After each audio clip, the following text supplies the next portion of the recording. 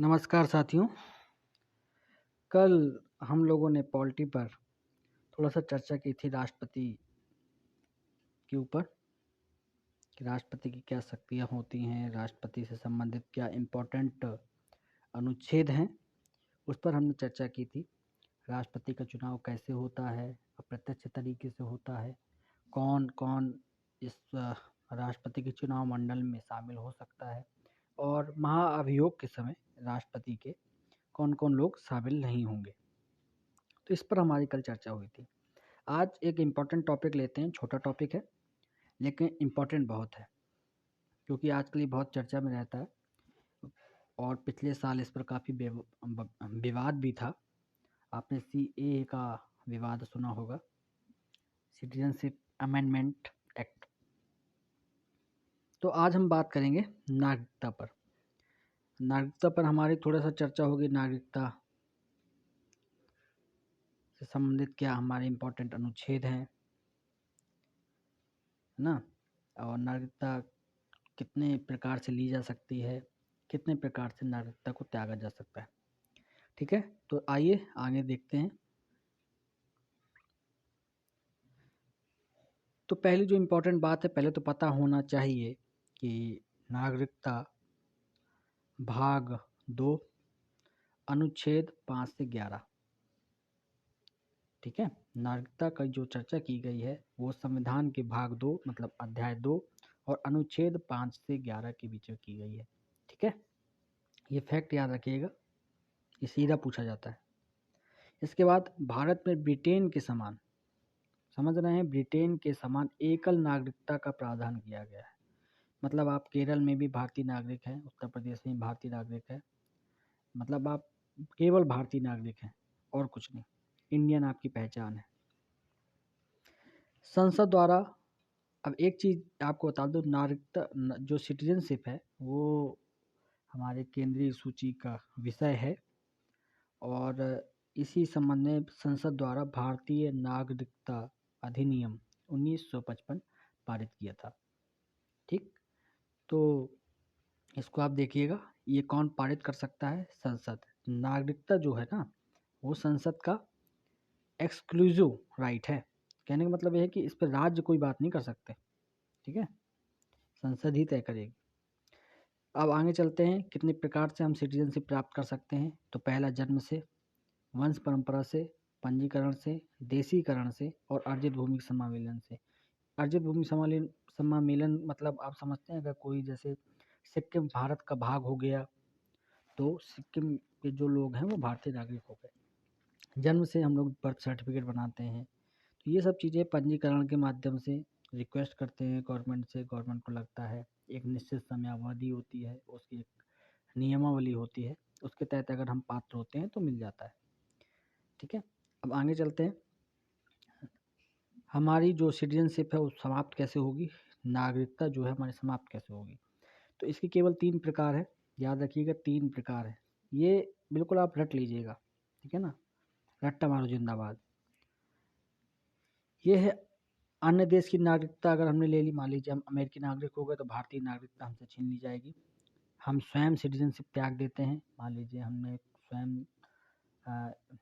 Indian citizen जो ship है वो हमने त्याग दी, दूसरे देश की नागरिकता ले ली, तो हम हमारी जो नागरिकता है वो इंडिया की चली जाएगी।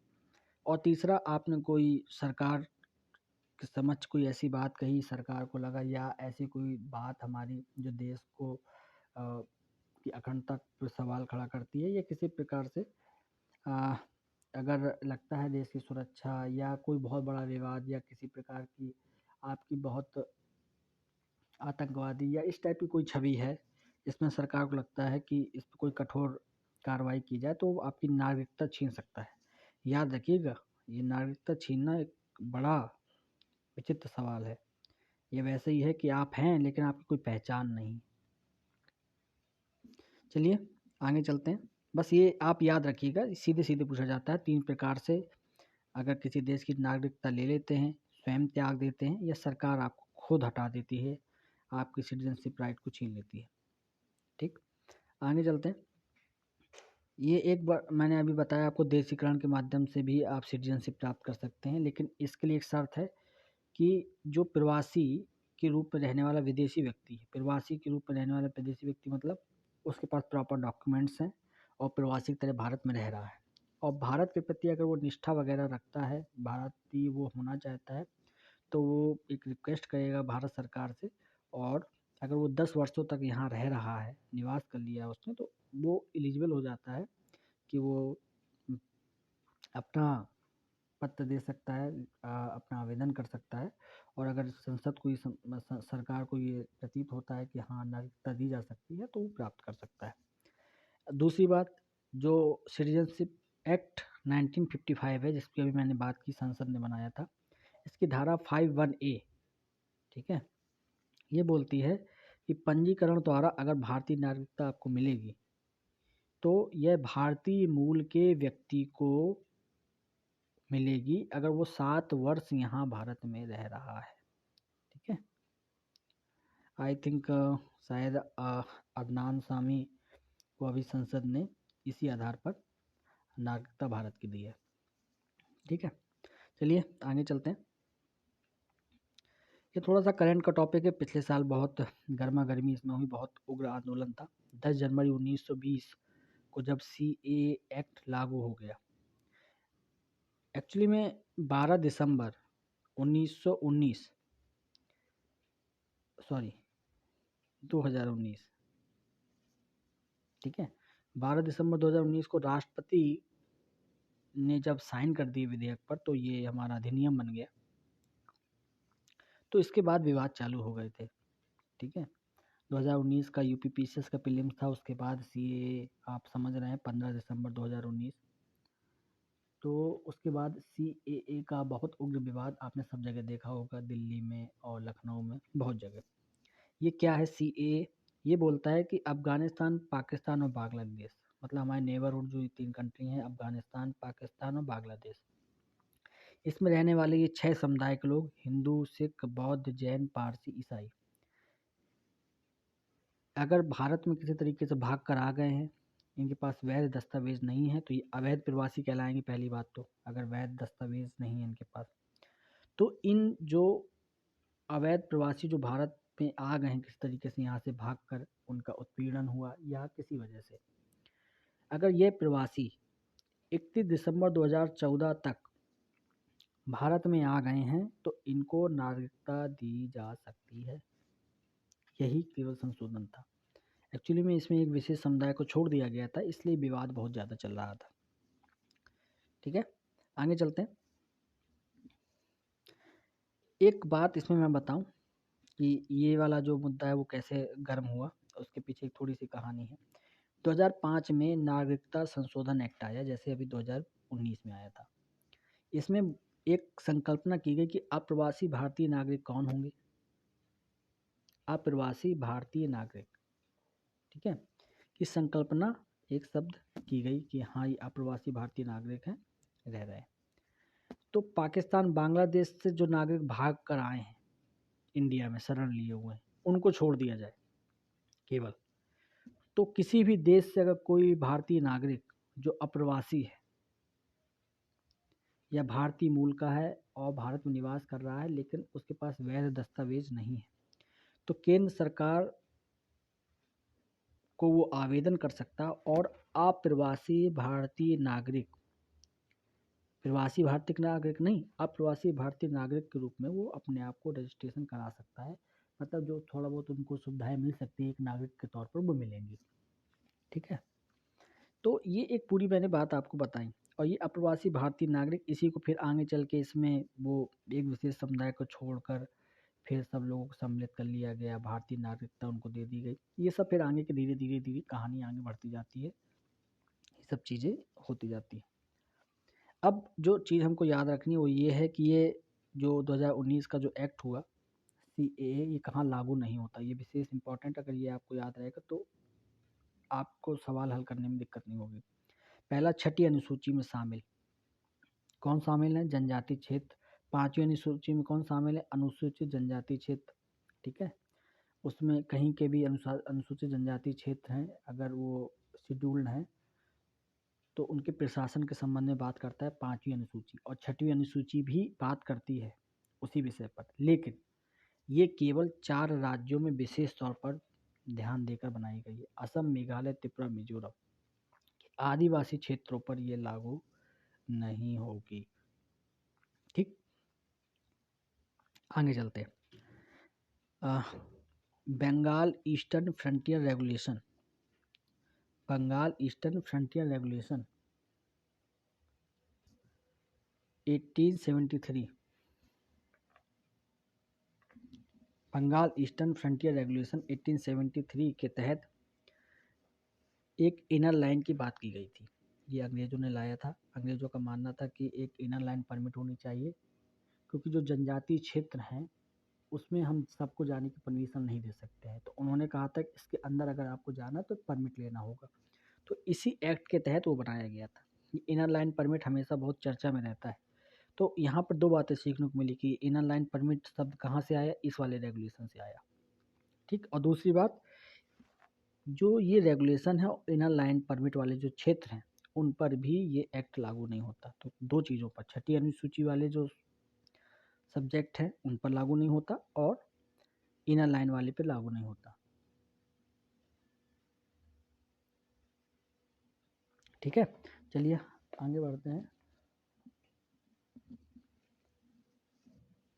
आगे अब शायद सवाल हैं, तो सवालों को थोड़ा देख लेते हैं।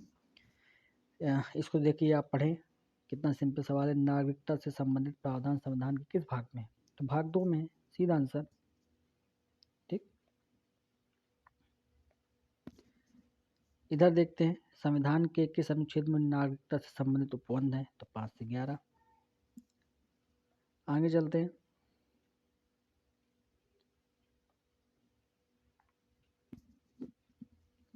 भारतीय संविधान निम्न में से कौन सी नागरिकता प्रदान करता है? एकल नागरिकता प्रदान करता है, दोहरी यहाँ पर है नहीं। अब सी ऑप्शन तो कोई किसी को नहीं लगाना चाहिए। चलिए मान लीजिए इसमें डाउट भी होगा, कभी पढ़ा नहीं, तो सी तो हो ही नहीं सकता। दोहरी नागरिकता, एकल नागरिकता, दोनों ही सब या तो ये होगा या तो ये होगा। तो सी ऑप्शन तो एग्जैक्टली नहीं होना चाहिए। अगर कोई सी लगा रहा है इसका मतलब उसने अपने दिमाग को पूरी तरीके से बंद रखा है। ठीक है, तो एकल नागरिकता की बात करता है। दोहरी नागरिकता की बात हमारे अमेरिका में लागू होती है। अमेरिका में है ये, संयुक्त राज्य अमेरिका में। वहाँ पे जो राज्य है उसकी नागरिकता मिलती है और पूरे अमेरिका की इकलौती नागरिकता अलग होती है। तो दोहरी नागरिकता वहाँ पर है। आगे चलते हैं। इसमें देखिए, भारत में नागरिकता की संबंधित व्यवस्थाओं में कौन सी सही है? राज्य एवं राष्ट्र की दोहरी नागरिकता, दोहरी नागरिकता तो भारत में है ही नहीं, ये गलत हो जाएगा। राज्य की एकल नागरिकता और संपूर्ण भारत की एकल नागरिकता, तो पूरे भारत में आप चले जाएंगे, आप पूरे भारतीय नागरिक ही कहलाएंगे, राज्य की कोई नागरिकता नहीं है। ठीक है, तो ये सी ऑप्शन आपका यहाँ सही हो जाता है। ठीक है, आगे चलते हैं। इस शब्द को थोड़ा सा पढ़िए, इस वाले क्वेश्चन को, बहुत इंपॉर्टेंट है। भारत का एक नागरिक अपनी नागरिकता खो देगा। हमने बात की थी ना, 3 प्रकार से भारतीय नागरिकता अपनी खो सकते हैं। पहला, वो स्वयं परित्याग कर दे, ये सही है। स्वेच्छा से अन्य देश की नागरिकता ले ले, तो इधर की खत्म हो जाएगी। किसी अन्य देश के नागरिक से विवाह कर ले, ये तो अभी हमने कोई बात ही नहीं की इस पर, विवाह वाली कोई बात ही नहीं आई थी उसमें। और जो चौथी बात है, वो सरकार की आलोचना करता है। तो इसका मतलब है सरकार की आप आलोचना करें तो आपकी नागरिकता छीन ली जाएगी? नहीं, सरकार की आलोचना करना आपका अधिकार है। आपको कुछ पसंद नहीं आया तो आप आलोचना कर सकते हैं संवैधानिक तरीके से। ठीक है, तो 3 और 4 तो हमारे आएंगे नहीं। तो अगर मान लीजिए 3 और 4 नहीं आते हैं तो ये कैंसिल, ये कैंसिल, ये भी कैंसिल, तो सी ऑप्शन हो जाएगा। ठीक है, तो ये याद रखिए, जो स्पष्ट लिखा है वो स्पष्ट रूप से ध्यान देना चाहिए। ठीक, चलिए आगे चलते हैं।